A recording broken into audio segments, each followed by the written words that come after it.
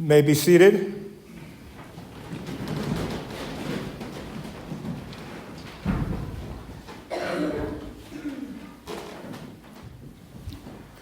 In our second reading from the letter to the Philippians, chapter 2, it ends with a very well-known phrase, Jesus Christ is Lord, to the glory of God the Father. That, along with these readings from Isaiah and then the Gospel, the Passion according to Mark, all very familiar. And certainly everything we do starting today through Easter Sunday, familiar. The Palm Sunday commemoration of Jesus' entry into Jerusalem, and then as you are able and as you choose, taking part in the Holy Thursday Mass, then the Friday Liturgy of the Word, remembering Jesus' death on the cross, Easter Vigil, and then Easter Sunday, all those so familiar. It's my hope that passing on to you some things I have learned just this week, things I'd never heard, and I've already begun to be helpful to give a fresh perspective on all that we're doing. Might do the same for you. So I want to share with you some things that I've learned through a presentation on tying the Eucharist to its Jewish roots.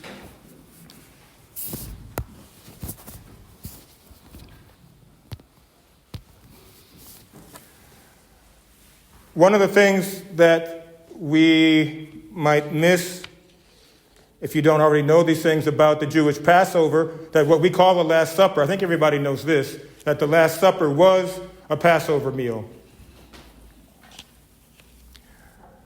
But by the time we've gotten to this, it's been several days since what we call Jesus' triumphal entry into Jerusalem, which we commemorated by I read the Gospel of John, his version of that. It's very easy to see, as it says in Philippians, how those Jewish people saw Jesus' glory. It's easy to see him glorified and upheld by all that happened on what we call Palm Sunday.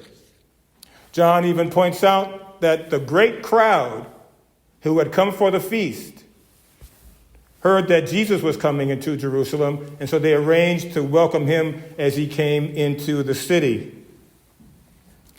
Well, how great, how big, how large was that crowd? One of the most well-known Jewish historians contemporary to Jesus' time and writing about the life in Israel and in Jerusalem in particular, Josephus, his writings indicate that on any given Passover once a year, there could be up to 2 million people descending upon Jerusalem. Because at that time, the only proper way to celebrate the Passover meal was to come to Jerusalem and do it there in the city and have each group's lamb for the Passover sacrificed at the temple. And the groups were meant to be at least 10 and at most 20. So Josephus points out that for the Passover celebration, for the devout Jewish people, there were more than 200,600 lambs that had to be sacrificed. And one of those, this particular Passover, would have been the Passover lamb that Jesus and the apostles used. Well, how would they have gotten this lamb? Well, one thing that I know I never thought of this until I heard this presentation is that when Jesus picks out these two disciples, which in John's gospel it's specified as Peter and John, when he says, "Go and prepare the Passover for me," through this secret rendezvous that Jesus apparently has organized, part of what they did would not just be going to that room and finding out where it was and getting it set up for the meal. It most likely meant that Peter and John were the ones who would have taken the lamb that would have been for what we call the Last Supper and taking it to the temple and getting in these groups that took 2 hours of 3 shifts of sacrificing the lambs there. So once they did that, and I'll return to that image in a bit, but once they would have taken this lamb to be sacrificed at the altar and its blood drained out there at the temple, then they would have gone to set up the rest of the meal and the room and everything else for Jesus and the other apostles. And some speculate that the reason Jesus only told those 2 apostles where to find this room, so that it wouldn't be till the last minute that the rest of them would know where it was, is that the Jewish leaders are looking for a way to kill Jesus, to arrest him at least, and probably they were planning to hope to kill him. And, what we call Palm Sunday, who knows how many out of, let's say there was 2 million people in Jerusalem, how many of those 2 million might have been there welcoming Jesus in on that Sunday into Jerusalem? So the leaders would have seen this huge crowd, right? Even a small percentage of 2 million people is a huge crowd, would have seen them adoring Jesus, worshiping him, welcoming him. So they would be concerned that at least those people might indeed start a riot if they saw the leaders arresting Jesus. That's why they were afraid, because they had seen all this adulation that Jesus had received. But Jesus himself might also have been saying to himself, I need to keep this secret, particularly from Judas, of where we're going to have this Passover. Because the earlier Judas might know where they're going to be, the earlier he might then betray Jesus to the leaders. But once they got there, one element of a Jewish Passover was that there were 4 cups that were involved in the ceremony. And what we have here in Mark's gospel, in what we recognize as the institution of the Eucharist, this cup that Jesus offers up and says to them to drink actually would have been the 3rd cup in the ceremony. So they would expect there'd be a 4th cup after the meal. So when Jesus says, I will not drink the fruit of the vine again until I drink it new in the kingdom of God, the apostles might have been a bit surprised, because it appears that Jesus was violating and breaking the regulations, as it were, or the approach for the Passover. Because they would say, wait, there's supposed to be 1 more cup. How can he say he's not going to drink the fruit of the vine again? So just throw that away. They might have been puzzled by that, and it might appear that Jesus was violating the Passover meal.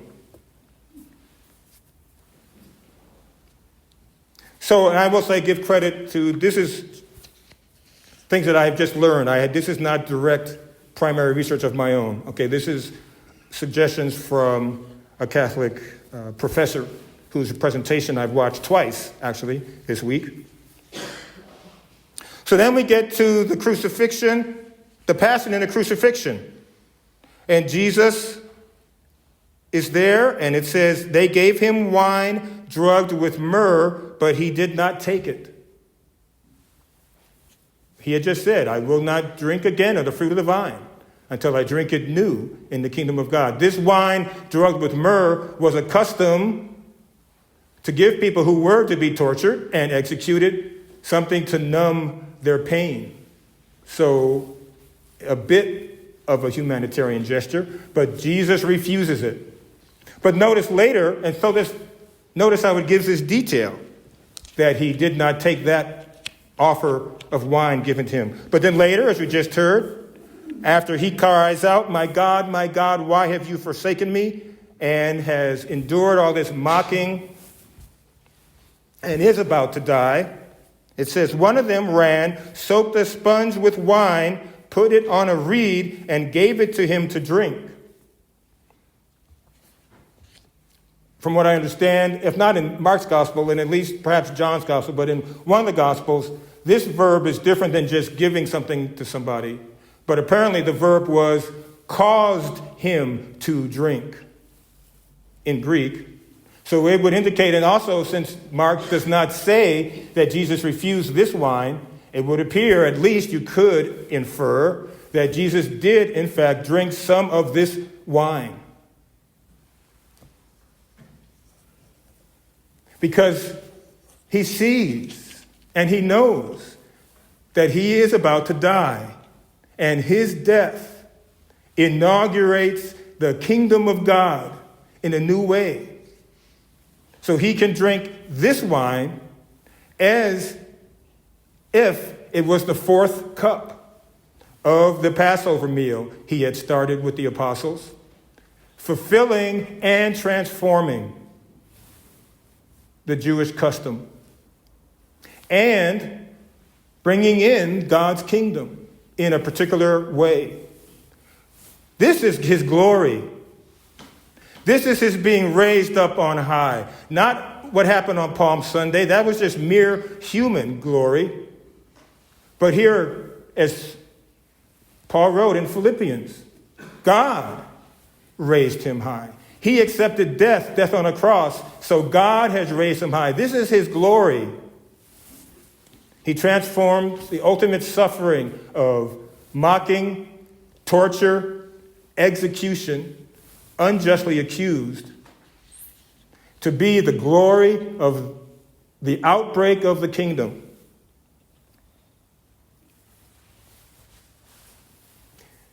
In the prayers that I've spoken already at the beginning of Mass for the commemoration of Palm Sunday and the entrance into Jerusalem, there were phrases that spoke of us sharing in his suffering so as to share in his glory and his resurrection. So the first thing I want to offer to you to consider, to pray about this Holy Week, to perhaps make this a fresh Holy Week, something new for God to move in your hearts and your minds, to fight the familiarity, is as Jesus has taken and transformed the Passover meal, as he's taken and transformed the suffering and the torture and the death to be the outbreak of God's kingdom, let us bring to God our heartbreaks, our suffering, our afflictions, our difficulties and struggles, and ask Jesus, as he struggled and would have been so tortured, that he might take those things of our lives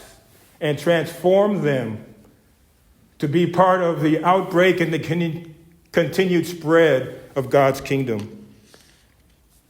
His fourth cup is the cup of suffering, as well as literally the wine that he took on the cross. And then another insight about the Jewish customs and the Passover in particular. Back to the temple and the sacrifice of these lambs. 200,000 plus lambs sacrificed in the temple over what appears to be about a 2-hour time period.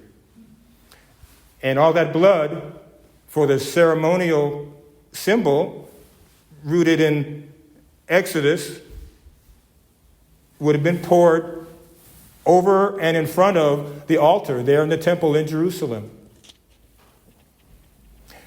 And there is evidence that in that temple, which Solomon would have built, under the altar, understandably, there was a drain and a system of pipes to drain all that blood away.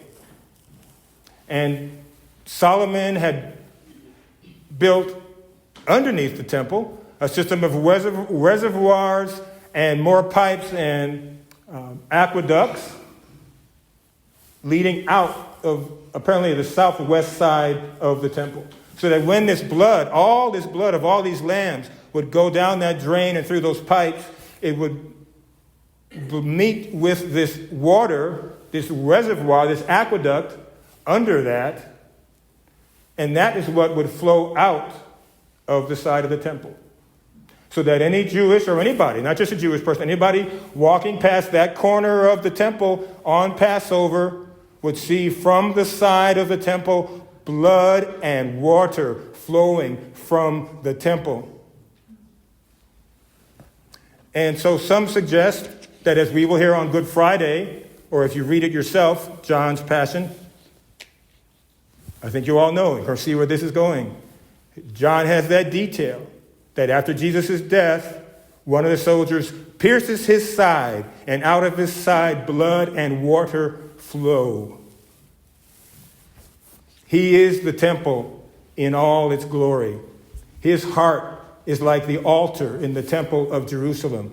For the Jewish people, they saw the temple in Jerusalem as the ultimate place where heaven and earth met, where God came to be with his people, and where God's people came to be with God.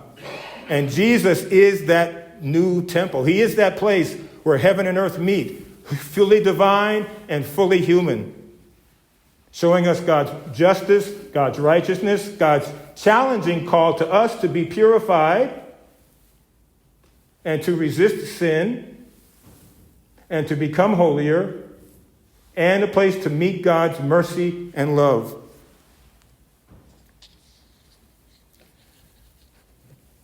As blood and water flowed from the temple of the sacrificed lambs, so the blood and water flowed from Jesus' heart to not just then, 2,000 years ago, but a continuous flow of God's love and mercy for each of us.